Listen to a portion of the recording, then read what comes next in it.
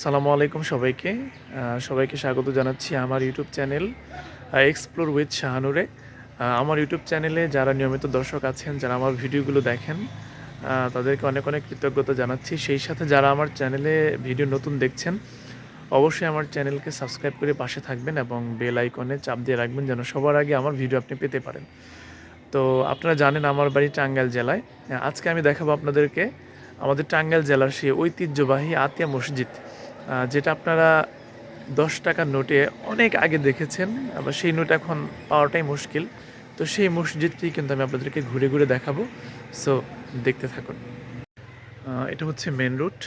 ওই যে মেন রোডটা চলে গেছে, এটা টাঙ্গাইল শহরের দিকে। ওই রাস্তা দিয়ে যে ওই দিকে যাচ্ছে, আমরা ওই দিক থেকে আমরা গাড়ি নিয়ে যে যেখান দিয়ে ঢুকছি আমরা, আমি আপনাদেরকে দেখাচ্ছি। এই হচ্ছে মসজিদের সামনে চমৎকার একটি পুকুর। আমি যে দেখে আপনাদেরকে। আসসালামু আলাইকুম।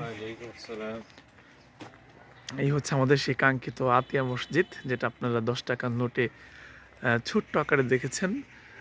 সেটা আমি আপনাদেরকে আজকে আমি সম্পূর্ণ দেখাবো। এই হচ্ছে মসজিদের সামনে চমৎকার দৃশ্য। প্রথমেই চোখ পড়বে সুন্দর সুন্দর গাছের, যেগুলো দেখলে আমাদের চোখ, মন, প্রাণ সবটাই জুড়ে যাবে। আমি আপনাদেরকে দেখাচ্ছি, দেখতে থাকুন আমার ভিডিওতে। আসসালামু আলাইকুম কাকা, ভালো আছেন? আপনার বাসা কি এইখানেই? জি। এই মসজিদটাই তো 10 টাকার নোটে আগে দেখা যেত, তাই না? ছিল। ছিল, এখনো কি সেই নোট পাওয়া যায়? পাওয়া যায় খুব কম। খুব কম, তাই না? হঠাৎ ওই ২-১ জনের সংরক্ষিত করে রাখছে আহ, এটাই।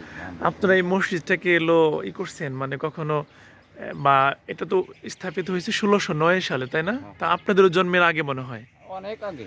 অনেক আগে, তাই না? অনেক আগে। আচ্ছা, এটার কি জানেন, কিছু জানেন এটা কারা বা কে তৈরি করেছিল? এটা তৈরির সমস্ত কিছুই যেখানে লেখা আছে দেখেন। ও, সব লেখা আছে, তাই না? লেখা আছে। এই যে এখানে লেখা ও আছে। হ্যাঁ হ্যাঁ, দেখেন আমি দর্শক দেখাচ্ছি এই যে দি আপনাদেরকে। আতিয়া মস্ক বিল্ট বাই সাইদ খান পন্নী। মাশাল্লাহ, আপনি ইংলিশ পারেন? হুম। হ্যাঁ। সাইদ খান পন্নী। আচ্ছা, পুরোটা পড়েন তো।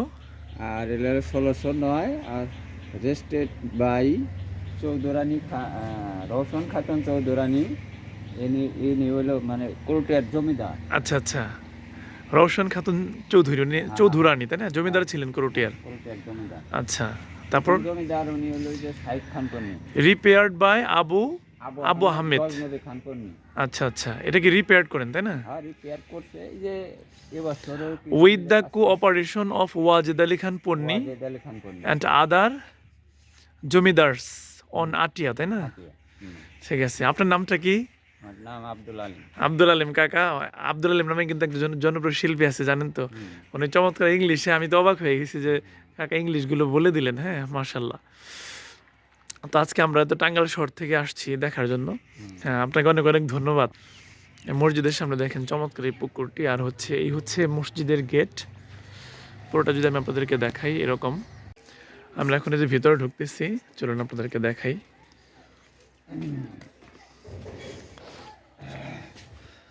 সাথে আছে আমাদের আলিম কাকা, যিনি অনর্গল ইংলিশে কথা বলতে পারেন সুন্দর করে। এই হচ্ছে এটা, এগুলো নকশা, তাই না? পুরাতন নকশা। ওয়াও, মাশাল্লাহ। সংস্কার করছে আর কিছু পুরাতন। দেখেন আমি আপনাদেরকে দেখাচ্ছি, এই হচ্ছে মিনার। মসজিদের কি চারপাশে 4টা মিনার, তাই না?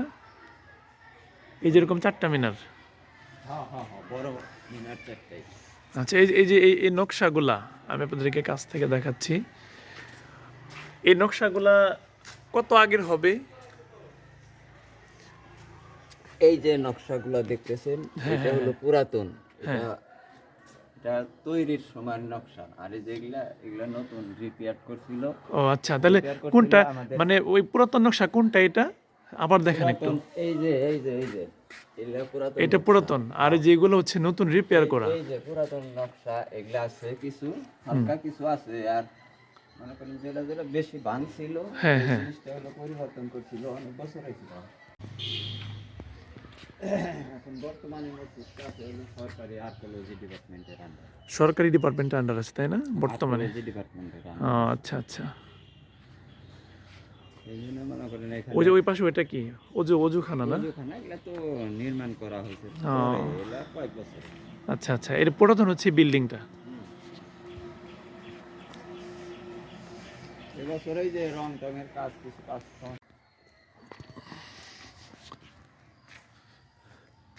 উপরে গম্বুজ কয়টা? বড় গম্বুজ একটা, হ্যাঁ, ছোট গম্বুজ আছে তিনটা। বড় গম্বুজ একটা আর ছোট গম্বুজ হলো তিনটা। তিনটা, এই পিছনে তিনটা আছে, আচ্ছা, বড় গম্বুজ একটা। এই ভিতরে গেলে এই যে সামনে ভিতরে যাইতে পারবে। হ্যাঁ, ভিতরটাকে খোলা রাখছে। ওই সাইডে খোলা, ওইটা আটকাই না। হুম। দুই কাঠ তো, এটা উপরে দেখেন এই যেরকম মসজিদের চারপাশে মোট 4টা মিনার আছে, আর উপরে বড় হচ্ছে একটা গম্বুজ, আর তার পাশে আরো 3টা গম্বুজ রয়েছে এই আতিয়া মসজিদের এখানে।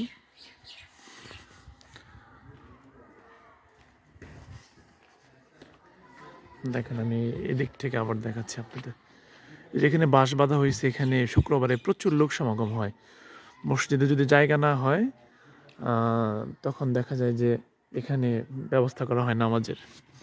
দেখেন এই যে এই নকশাগুলো, আমি আপনাদেরকে পুরাতন নকশাগুলো দেখাচ্ছি। এই নকশাগুলো অনেক পুরাতন, 1609 সালের নকশা এগুলো। আমি যদি আপনাদেরকে দেখাই মসজিদে কত চমৎকার নকশা এগুলো দেখেন। আমি অত্যন্ত কাছ থেকে দেখানোর চেষ্টা করবো আপনাদেরকে এই মসজিদের নকশাগুলো।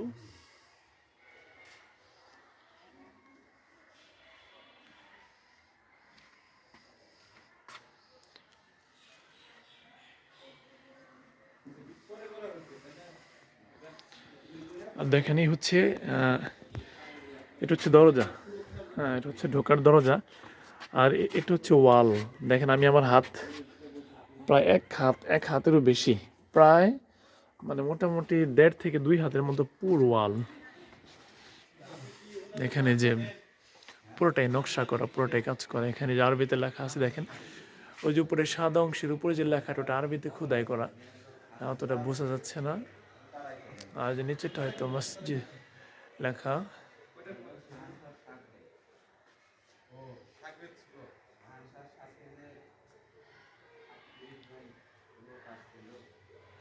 দেখেন উপরে এখানে লেখা যে মসজিদ বাইতা, নিচে লেখা হচ্ছে বানাহু সাইদ খান।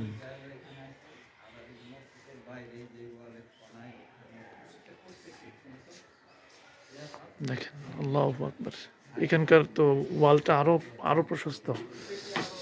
ওরা 1 হাত, 2 হাত, 3 হাত, 4 হাত, মোটামুটি আমার 4 হাত মানে ওয়ালের পুরুত্বই।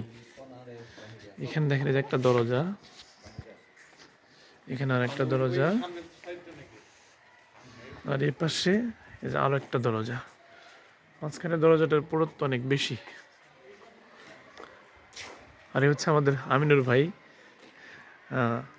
উনি আমাদের টাঙ্গাইল স্বনামধন্য বাগানবাড়ি জামে মসজিদের সম্মানিত ইমাম সাহেব।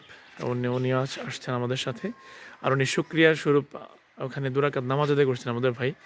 তো আমিনুর ভাই, আজকে এখানে এসে যদি আমরা টাঙ্গাইলের, হ্যাঁ, আমাদের টাঙ্গাইলের জন্য এটা অবশ্যই আমাদের জন্য একটা গর্বের বিষয়, যে ধরনের একটা মসজিদ আমরা পেয়েছি, বা 10 টাকার নোটও এটা সারা বাংলাদেশের ব্যাপী মানুষ দেখছে। তো আজকে এখানে এসে প্রথম নামাজ আদায় করলেন, আপনার অনুভূতিটা বলেন ভাই। তো আমি অনেক শুনেছি এবং কি 10 টাকার নোটের ভিতরে দেখেছি, কিন্তু আমি আসলে এখন পর্যন্ত কোনোদিন আসিনি। তো এই জন্য আসলাম, যেটা আপনি বলছেন যে চলেন একটু ঘুরে আসি, দেখে আসি। ক্যামেরার দিকে। তো আলহামদুলিল্লাহ অনেকটা ভালো লাগলো।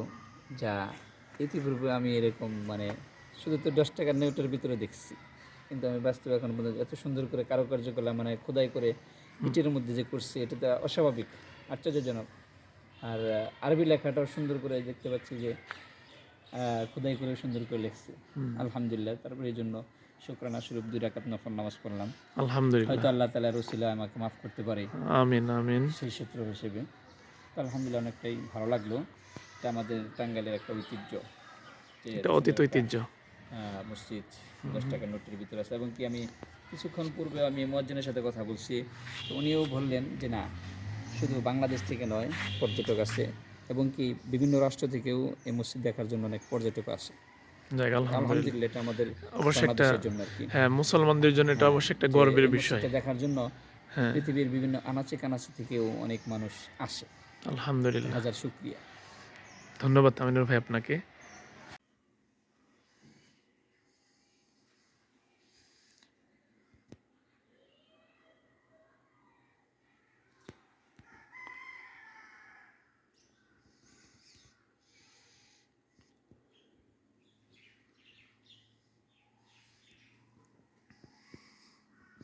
ভিতরে ঢোকা যাবে? ও আচ্ছা আচ্ছা, ওইটার ভিতরে সাইড, তাই না?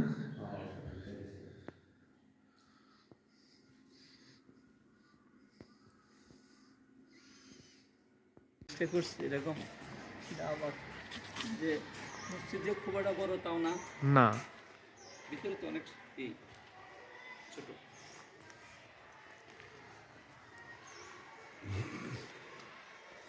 দেখেন কত চমৎকার নকশা ওয়ালের মধ্যে। প্রত্যেকটা নকশা দেখে মনে হইতেছে যে কত যত্ন নিয়ে তারা এই কাজটা করছে।